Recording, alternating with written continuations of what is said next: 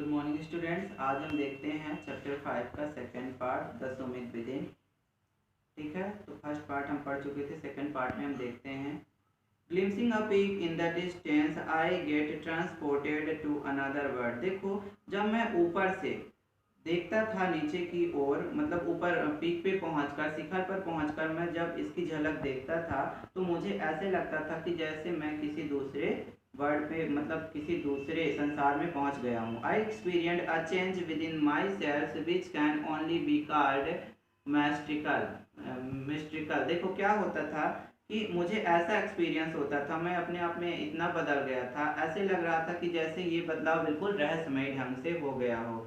By its beauty, aloofness, might, ruggedness, and the difficulties encountered on the way, the peak draws me to it as Everest did. देखो क्या होता है कि bye its beauty, मैं इसकी खूबसूरती से, इसकी दूरी से, इसकी शक्ति से, इसकी मजबूती से, इसको चढ़ने वाली जो कठिनाइयाँ आती हैं उससे बहुत ज़्यादा प्रभावित हुआ था, है ना। और ये मुझे मतलब ऐसे बता रही थी कि ऐसा लग रहा था कि मतलब जब मैं एवरेस्ट पर चढ़ा था उस तरह का लग रहा था मुझे। It is a challenge that is difficult to resist, है ना। और यह एक चुनौती होती है जिसे रोकना बड़ा ही मुश्किल हो जाता है। ठीक है, looking back I found that I have not at fully explained why I climb Everest. देखो पीछे जब मैं देखता हूँ तो मुझे लगता है कि मैंने पूरी अच्छी तरह से आपको नहीं समझाया है कि मैं एवरेस्ट पर क्यों चढ़ा था। ठीक है, it is like answering a question, why you breathe, why do you help your neighbour, why do you want to do good acts. यह उसी तरह से उन प्रश्नों के उत्तर देने की तरह होता है कि मैं माउंटेन क्यों चढ़ा था। जैसे कि इन प्रश्नों का उत्तर नहीं दिया जा सकता, जैसे कि आप सांस क्यों लेते हो, आप अपने पड़ोसियों की मदद क्यों कर सकते हो, आप कोई अच्छे काम कर सकते हो, जैसे ही अच्छे काम क्यों करते हो, जैसे इन प्रश्नों का उत्तर नहीं दिया जा सकता, उसी तरह से इसका भी कोई सटीक उत्तर नहीं दिया जा सकता कि मैं माउंटेन एवरेस्ट क्यों चढ़ा था। ठीक है, there is no final answer possible, इसका कोई एक मतलब लास्ट आंसर पॉसिबल नहीं है। And then there is the fact the Everest is not just a physical climb. और यहाँ पर तथ्य मतलब यह आता है, एक बात यह भी आती है कि ये एवरेस्ट चढ़ना केवल फिजिकल क्लाइंब नहीं होता, शारीरिक चढ़ाव, मतलब कि सारे मतलब शरीर के द्वारा चढ़ाई की गई ही नहीं होती mount Everest. When man who has been the mountain top becomes conscious in a special manner on his own smallness in the large universe, जब कोई व्यक्ति इस माउंट एवरेस्ट पर चढ़ जाता है, फिर वहां पर पहुंचने के बाद हमें यह पता चलता है कि इतने बड़े ब्रह्मांड में जो हम हैं, तो हमारा अस्तित्व कितना छोटा है, हम कितने छोटे हैं। The physical conquest of a mountain is only one part of the achievement. ये जो हम भौतिक रूप से इन पहाड़ों पर चढ़ के विजय प्राप्त करते हैं, वह हमारा विजय प्राप्त करने का, हमारा अचीवमेंट का केवल एक हिस्सा होता है। There is more to it than that, इसके अलावा भी बहुत कुछ करने के लिए अभी बचा होता है। It is followed by a scene to fulfilment, है ना। इसे करने में हमें तो बहुत ज़्यादा फुलफिलमेंट मिलती है, मतलब कि बहुत ज़्यादा संतुष्टि मिलती है। There is the satisfaction of a deep urge to rise above one's surroundings, है ना। मतलब माउंटेन चढ़ने पर हमें ये हो जाता है कि जो हमारे आसपास का जो हमारा मतलब समाज है, उस पे हमें सेटिस्फैक्शन मिलती है, संतुष्टि मिलती है कि मतलब हमने कुछ बड़ा काम किया। It is the eternal love to adventure in man, है ना। और किसी भी मनुष्य के लिए यह एक साहसिक कार्य हो जाता है माउंट एवरेस्ट पर चढ़ना। The experience is not merely physical, यह जो चढ़ने का पहाड़ पर एक्सपीरियंस होता है तो वो केवल फिजिकल नहीं होता, it is emotional, it is spiritual, है ना। यह एक भावनात्मक एक्सपीरियंस भी होता है और एक धार्मिक एक्सपीरियंस भी होता है, अनुभव होता है। Consider a typical climb towards the summit on the last height. देखो, जब मैंने पिछली बार पहाड़ पर चढ़ाई की थी उसके बारे में कुछ बताता हूँ। You are sharing a rope with another climber, जब आप अपनी रस्सी किसी दूसरे क्लाइंबर के साथ शेयर कर सकते हो, अपने साथी के साथ शेयर करते हो।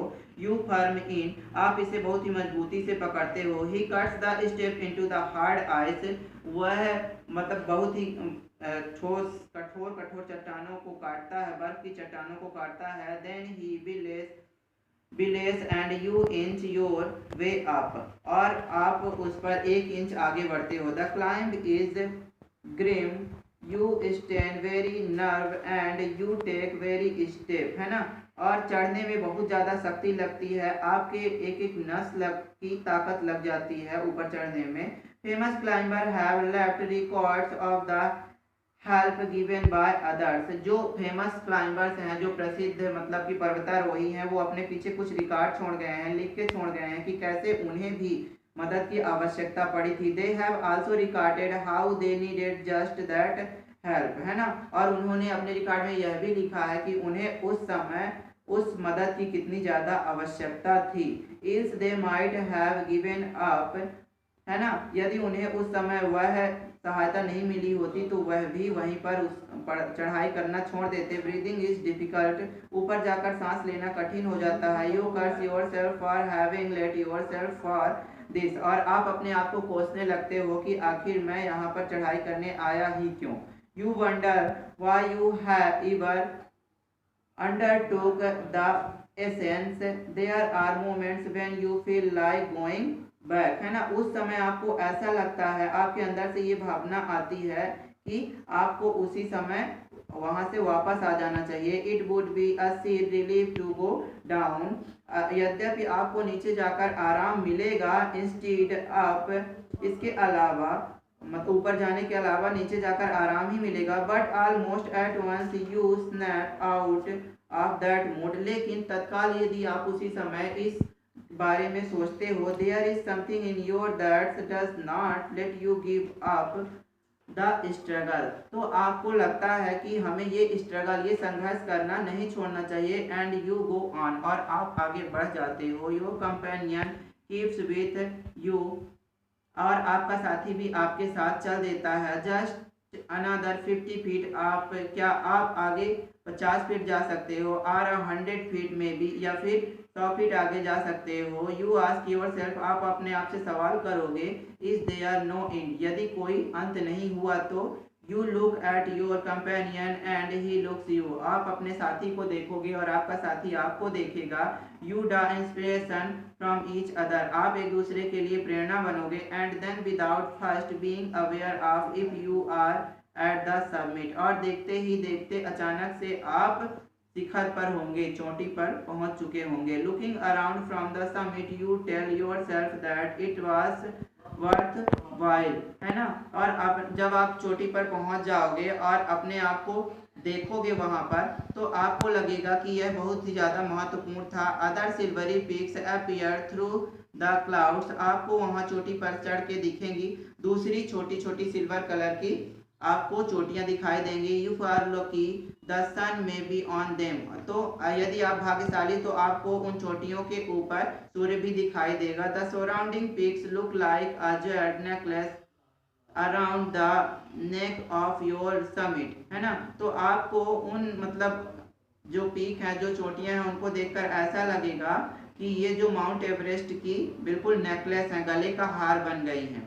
Below you see vast valleys sloping into the distance, और वहाँ से ऊपर आपको मतलब नीचे जाती हुई जो घाटियाँ दिखाई देंगी, बिल्कुल स्लोप पे नीचे जाती हुई कुछ घाटियाँ दिखाई देती हैं। It is an ennobling enriched experience to just look down from the summit of a mountain, है ना। तो यह एक बहुत ही भरा पूरा अनुभव होता है पहाड़ियों से नीचे देखने का, ठीक है, चोटी से नीचे देखने का। You go down and make your obeisance to whichever god you worship, है ना। आप वहीं पर झुकोगे और अपने भगवान का धन्यवाद करोगे, जिस भी भगवान को आप मानते हो कि अंततः आप चोटी पर चढ़ गए। I left on Everest a picture on Guru Nanak, मैं एवरेस्ट पर गुरु नानक की तस्वीर छोड़कर आया था। Rawat left a picture of goddess Durga, Rawat जो मेरा साथी था वो माँ दुर्गा की तस्वीर छोड़कर आया था। Phu Dorji left a relic of the Buddha, और फू डॉर्जी ने भगवान बुद्ध की कोई निशानी वहाँ पर छोड़ी थी। Edmund Hillary had buried a cross under a crane, a heap of rocks and stones in the snow, है ना।